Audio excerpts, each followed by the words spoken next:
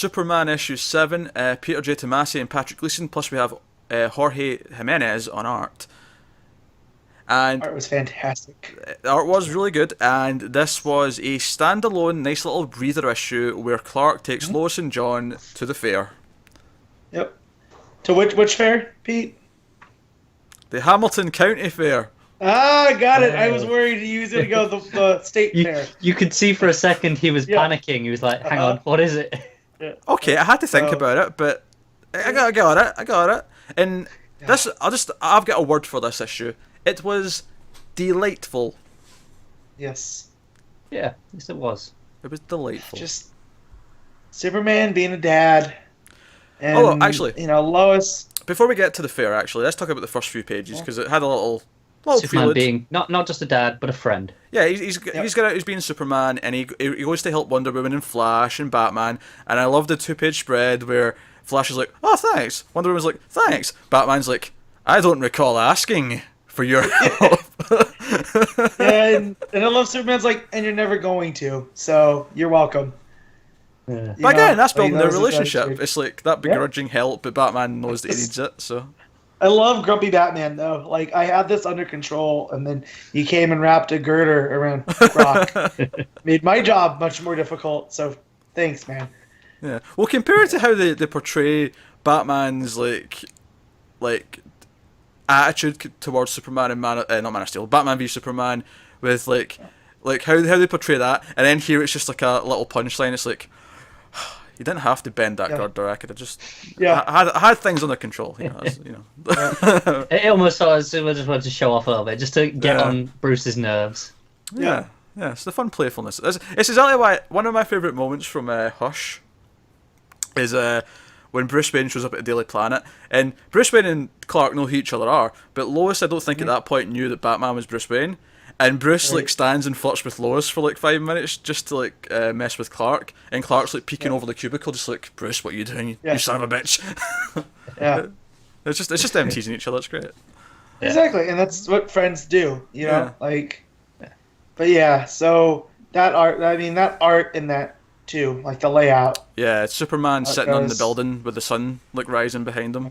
The cape flowing out. Yeah, gorgeous stuff. Yeah. But the fair, so they go to the fair. Superman decides he wants a night off. He wants to just be a dad and be a husband and go to the fair. And they go, and Lois is like, "So you're sure you're not going to be doing any superheroics while we're here?" He's like, "I promise, Lois."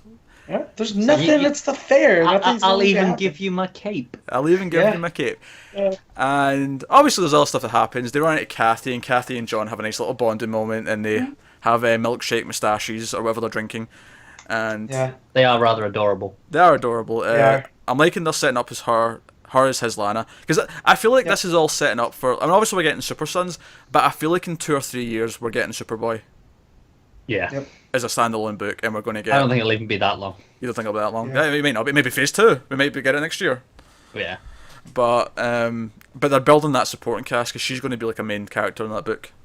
So yeah, so that stuff's all fun, and they, them stuff in their face. But obviously, as this is all playing out, we see that there's some small time crooks planning a little robbery of the cash desk, and Superman overhears some of it, and he's like, "Right, I'll be right back. I'll be right back. I'll meet you at the roller coaster in 1 minute." And he goes and takes care of it, and he spots like a knight's costume at one of their just one of the attraction things, and the two people in the booth with the tannoy mic start talking about it. Yeah, these guys robbed us, but it's weird. These someone showed up and stopped them in a knight's armor, and they had heat vision. But it plays out, and it's almost to the last page of the book, where it's as the three of them are on the roller coaster going up, and they hear this over the mic, and Lois's face changes in each panel as she's figuring out what she's hearing, and Clark's just like looking as if he's in trouble. It's almost like when a married couple, when the husband's like spent money on like a Blu-ray he's not meant to, or a video game, like, "Oh, I've bought a new console, I better hide it from the credit card like receipt," like.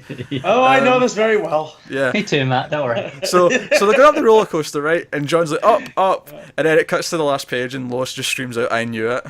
And it's just, it's just such a fun issue with a fun capper, and it's like, it's so good. Not everything needs fun. to be the world's ending. Not everything needs to be dark character analysis. This is exploring them as a family, having fun, and like, no, this was a perfect. So I standalone issue. remember when this was announced, and I was a bit skeptical because Tomasi had been a bit hit and miss on Superman recently, at the end, tail end of the New 52, and then it was like, okay, it's going to be a family book. I was like, okay, this is going to be the Superman version of Batman and Robin.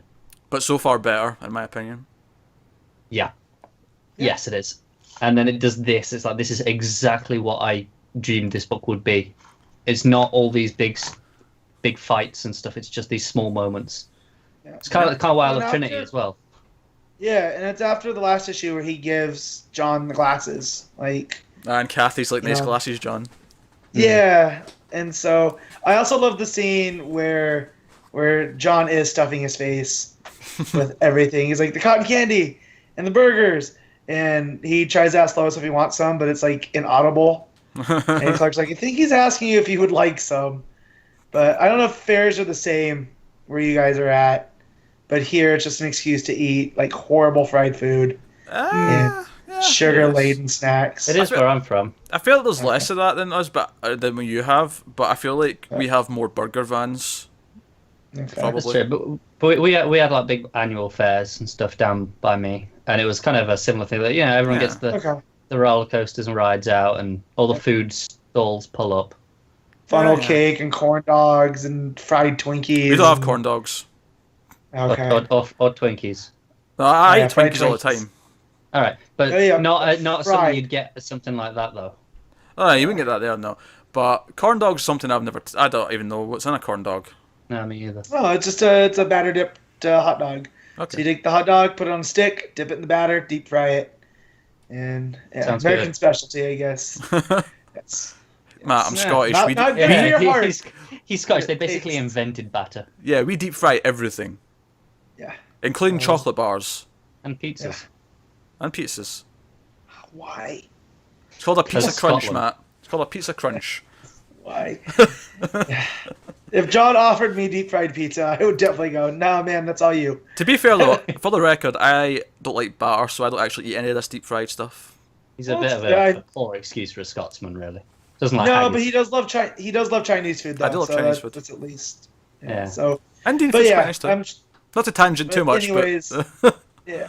Anyways, it was just a great, like, you almost forget that they're in Smallville, or they're not in Smallville, they're in Hamilton County, because it feels very much like well, Superman's hometown. that makes sense though. It makes sense that they would pick a town that was like Smallville. Like he would go somewhere and be like, okay, this reminds me of my hometown. We're going to set up. And I This. love this Superman, and I almost that scene where he's in Metropolis sitting on the roof and he's staring at the city. You almost get like this wistful, like he kind of misses the hustle and bustle until he goes home and sees his wife and kid, and he's kind of like, oh no, this is what it's all about now. So it's so good. It is really, really good. Superman is really, really impressed. So, yes, if you're not reading Superman, bloody hell, read Superman.